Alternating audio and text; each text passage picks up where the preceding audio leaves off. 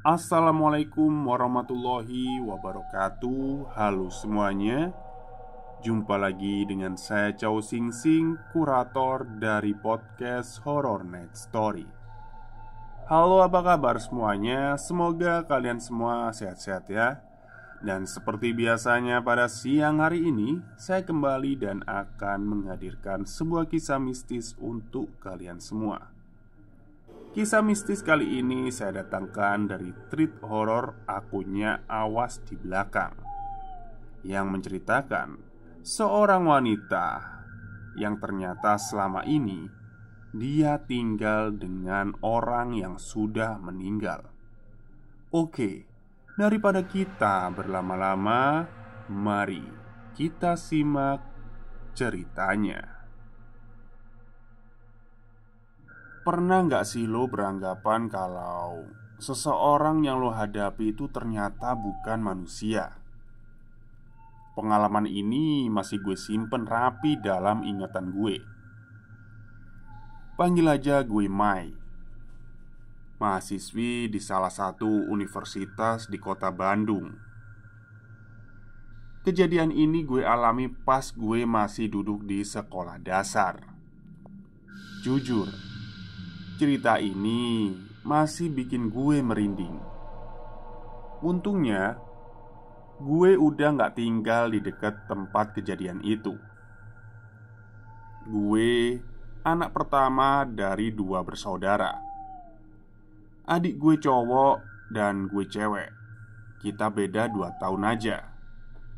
Ayah gue kerja jadi montir di bengkel motor yang ada di tengah kota. Sedangkan ibu gue seorang ibu rumah tangga. Kebetulan ayah gue sering banget pindah rumah atau kontrakan. Jadi ya gue harus ikut kemanapun pindahnya. Dari kontrakan satu ke kontrakan yang lainnya. Jaraknya nggak berjauhan sih.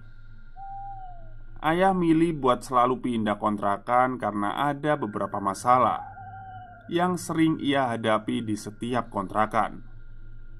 Bukan masalah biasa, tapi masalah gangguan goib. Dari mulai gangguan penampakan kuntilanak biasa sampai gangguan yang agak ekstrim. Contohnya, pernah kita ngontrak di bekas orang yang mendalami ilmu santet, dukun lah ya. Mungkin ilmunya yang tertinggal di rumah itu, atau dia sengaja nyimpen sesuatu di kontrakan itu. Waktu itu gangguan di rumah ekstrim banget. Dari suara tangisan cewek setiap malam.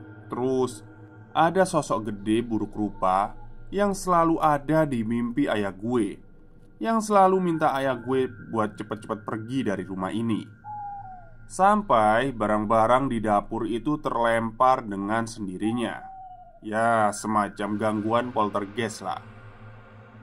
Ayah gue memang agak sensitif gitu sama hal-hal yang begituan. Dan mungkin sensitivitasnya itu nurun ke gue.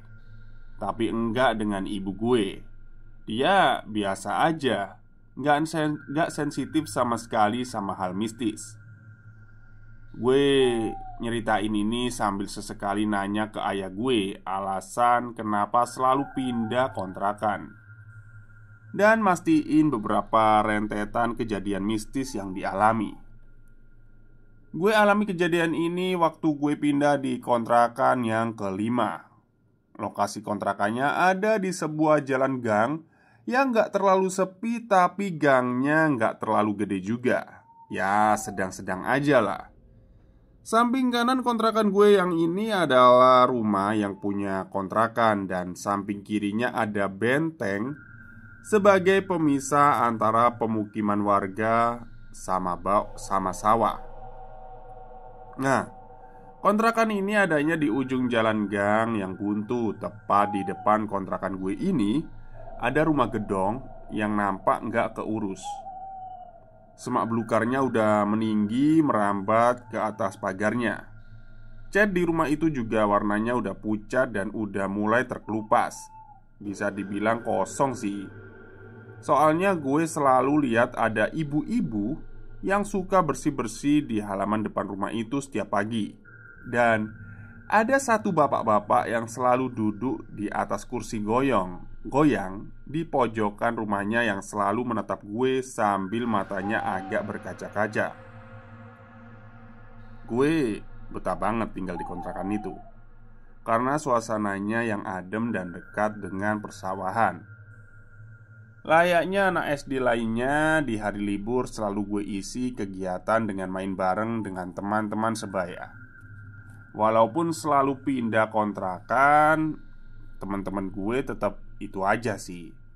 Soalnya sesuai yang gue ceritain dari awal, kontrakan satu ke kontrakan lainnya jaraknya nggak terlalu jauh. Gue suka banget main di rumah teman gue yang namanya Ira, bareng teman-teman yang lain, ada Meti dan Hera. Mainan di rumahnya itu banyak banget soalnya. Biasalah, cewek-cewek gitu ya. Apalagi kalau mainannya bukan boneka-bonekaan. Kalau enggak ya masak-masakan lah. Dulu itu nggak ada TikTok, nggak kayak zaman sekarang gitu. Ada TikTok, ada Instagram ya. Ya zaman dulu itu lebih enak gitu. Nah, hari itu hari Minggu.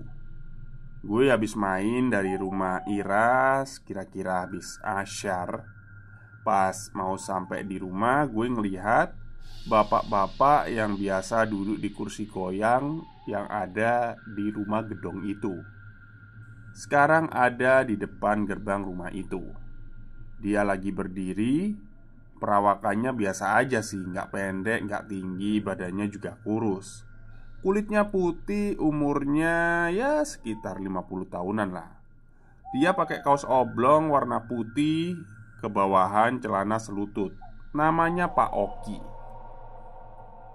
Matanya terus natap ke arah gue. Dari matanya gue inget ada perasaan sedih setiap kali dia ngeliat gue.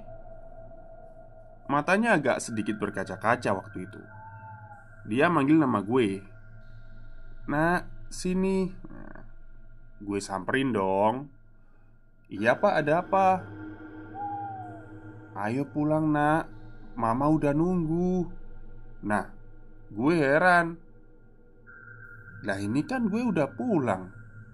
"Iya pak, ini saya juga mau pulang." Nah, pas gue mau belok ke arah kontrakan gue, Pak Oki ini bilang, "Loh, rumahmu itu di sini nak." Nah, dia nunjuk tuh ke arah rumah gedong itu sambil terus natap sedih ke arah gue lah. "Aduh, bukan pak, rumahnya Mei di situ," jawab gue sambil nunjuk ke kontrakan. Nah, karena waktu udah sore, gue lantas lari ninggalin Pak Oki sendirian di depan rumah gedong itu. Ketika gue sampai di pintu kontrakan, gue lihat Pak Oki itu masih natap gue. Natapannya itu kayak sedih gitu.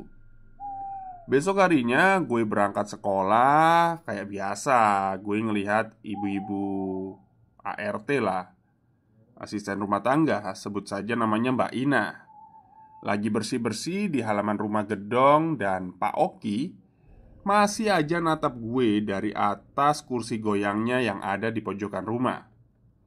Siangnya waktu gue pulang, Pak Oki sudah stay di depan gerbang rumahnya. Dari jauh, dia tetap natap gue. Pas gue lewat, tepat di depan dia, Pak Oki ini langsung lari ke arah gue, terus meluk gue erat-erat. Kaget dong. Terus dia ngomong, "Ayah sudah lama nunggu. Ayo nak, kita pulang. Mamamu udah menunggu di rumah." Nah, gue keheranan sambil nahan rasa sesak dari pelukan Pak Oki itu. Gue berontak lah, gak mau dipeluk, dan ngerasa kalau Pak Oki ini kayak orang gila. Nah, lepas dari Pak Oki, gue langsung lari ke kontrakan gue. Pintu langsung gue tutup lagi. Dah, ibu gue yang ada di dapur heran lihat gue buru-buru masuk rumah. "Kenapa, Mai?" "Itu bu, ada orang gila tadi meluk-meluk Mai."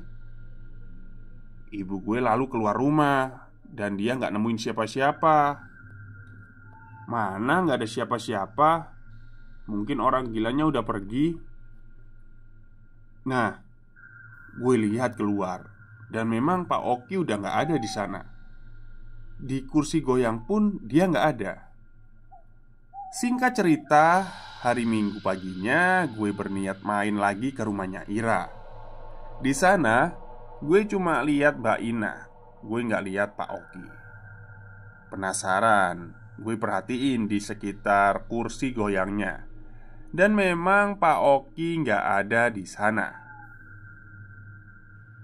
Mbak Ina yang lihat gerak-gerik gue itu nyamperin lah ke arah gerbang. Kamu nyari siapa? Pak Okinya nggak ada, Mbak. Mbak Ina terdiam. Dengan nada yang sedikit terbata-bata dia bilang, "Kok nanya Pak Oki? Ayo ikut Mbak ke dalam rumah." Nah, karena penasaran, ya udahlah, gue ikutin aja. Di dalam rumah itu banyak banget pernak-pernik perhiasan yang dipajang di lemari pajangan. Dinding rumah itu juga banyak foto-foto di sana. Ada foto keluarganya Pak Oki, dan ada satu yang menarik perhatian gue. Ternyata ada foto yang menurut gue cukup mirip ya sama gue. Ternyata itu anaknya, dan kayaknya seumuran lah sama gue. Nah, gue ini spontan tanya ke Mbak Ina, "Mbak, itu siapa ya?" Kata gue sambil nunjuk tuh foto. Mbak Ina ngejawab, "Itu namanya Cika, anaknya Pak Oki satu-satunya." Nah, dari sini Mbak Ina ngejelasin sesuatu yang buat gue kaget sekaligus membuat gue tahu alasan kenapa Pak Oki sifatnya kayak gitu ke gue. "Cika hilang. Kata orang dia diculik, dan sampai sekarang belum diketemukan. Semenjak Cika hilang, Pak Oki itu selalu ngelamun di atas kursi goyangnya di depan rumah." Mbak Ina bilang makin hari tingkah Pak Oki ini makin aneh. Kadang dia ngobrol sendiri, kadang nangis sendiri, kadang ketawa sendiri. Ya berarti anggapan gue bener dong, Pak Oki ini gila. Gue sama Mbak Ina udah sampai di belakang rumah. Nah, di sana ada pintu yang katanya Mbak Ina itu akses buat ke halaman belakang yang dijadiin pemakaman keluarga. Hah? Pemakaman? Gue masuk ke area halaman belakang itu dan bener aja, di sana udah ada satu makam. Ketika gue berjarak lebih dekat ke makam itu, gue lihat di batu nisan itu tertulis satu nama yang gak asing buat gue, Oki Ichiro. Saya kira namanya Okinawa ya. Ternyata Oki Ichiro. Oki Ichiro. Mbak Ina langsung ngejelasin kalau ini adalah makamnya Pak Oki. Gue ngerasa sedih lah. Dan ternyata Pak Oki ini udah gak ada. Mbak Ina langsung nganter gue ke depan gerbang. Gue pulang. Gak nyangka aja Pak Oki udah gak ada. Entah kenapa waktu itu gue gak jadi main ke rumahnya Ira. Mungkin terlalu kaget ngelihat kenyataan bahwa Pak Oki udah gak ada. Gak terasa waktu udah jam 5 sore. Ibu gue nanya, "Kamu dari mana, Mai?" "Itu Bu, dari rumah depan. Ternyata Pak Oki udah meninggal Bu. Tadi Mai diantar Mbak Ina ngelihat makamnya di belakang." Nah, ngedenger penjelasan gue kayak gitu, ibu gue kaget banget. "Pak Oki, Mbak Ina, siapa mereka?" Sambil ambil minum, gue dengan polosnya ngejawab, "Itu loh, tetangga kita yang ada di depan rumah." Ayah gue yang waktu itu baru aja pulang langsung ibu gue itu ngasih tahu ke ayah tentang apa yang gue alami tadi. Tanpa basa-basi, ayah gue langsung tutup pintu terus dikunci. Ayah ngejelasin sesuatu hal yang bikin gak masuk akal di benak gue. Gue disuruh duduk, ada gue, ayah, terus ya pokoknya berhadapan lah ya. Ayah gue bilang, "Apa yang kamu lihat di rumah depan? Orang-orang itu semuanya udah gak ada." "Gak ada? Gak ada gimana? Wong tadi Mai lihat ada Mbak Ina ya. Kemarin-kemarin juga Mai lihat ada Pak Oki. Cuma Pak Oki udah meninggal. Tadi Mai dikasih lihat makamnya sama Mbak Ina." "Iya, emang bener Pak Oki udah meninggal. Tapi dia meninggalnya itu udah 16 tahun yang lalu. Dan Mbak Ina itu bukan manusia. Dia itu kuntilanak penghuni rumah itu. Tapi dia baik, gak ganggu kayak kuntilanak merah yang ada di kontrakan kita dulu." Dar. Kaget dong gue ngedenger kenyataan kayak gitu. Kebetulan sebelum pindah ke sana, ayah gue tanya-tanya dulu lah sama warga sekitar, karena dia takut ada gangguan lagi kayak di kontrakan sebelum-belumnya. Jadi dia tahu semua kejadian yang ada di sekitaran sana dari warga sekitar. Oke, ayah gue lanjut ngejelasin.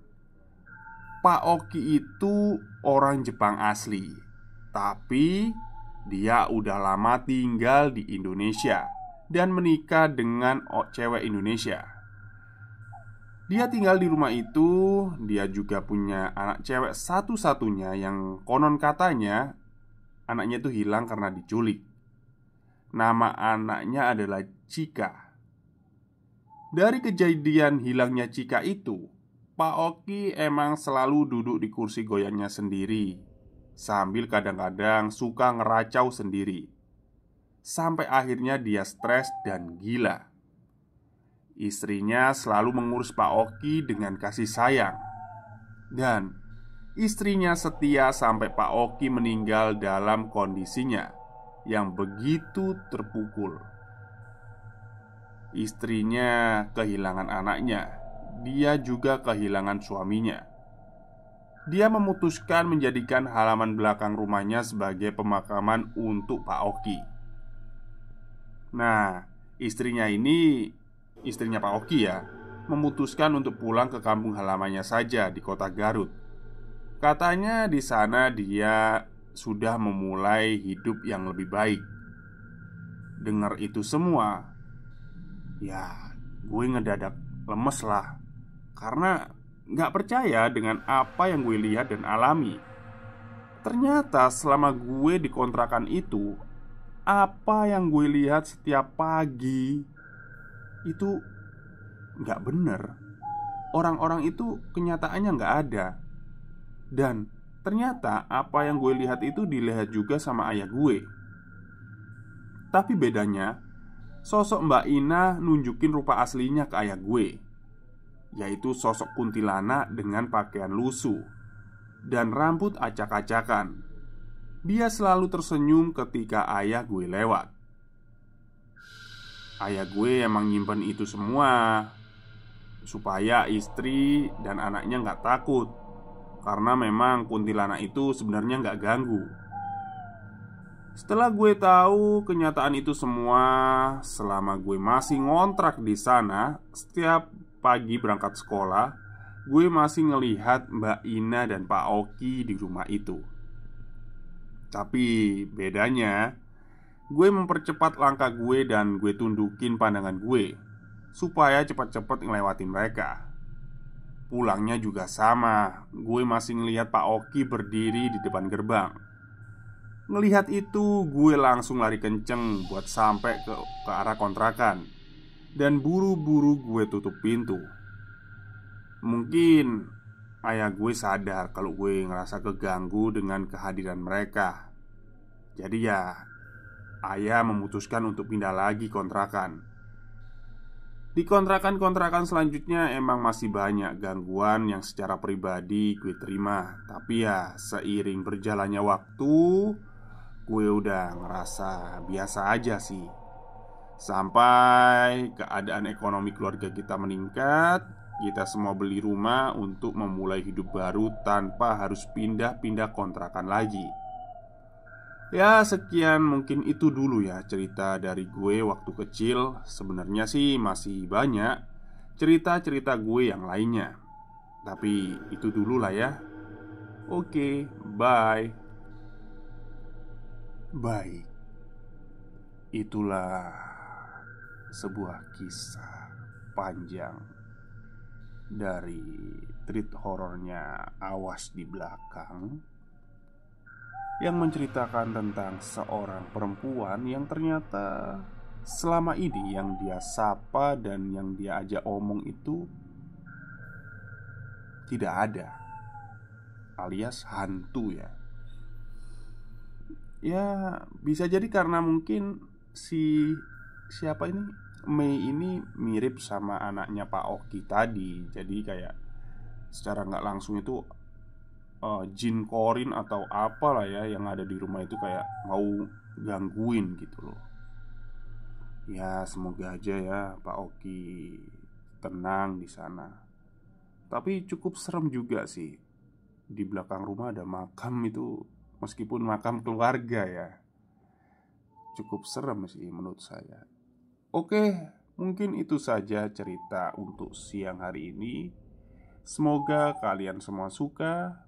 Selamat siang dan selamat beristirahat.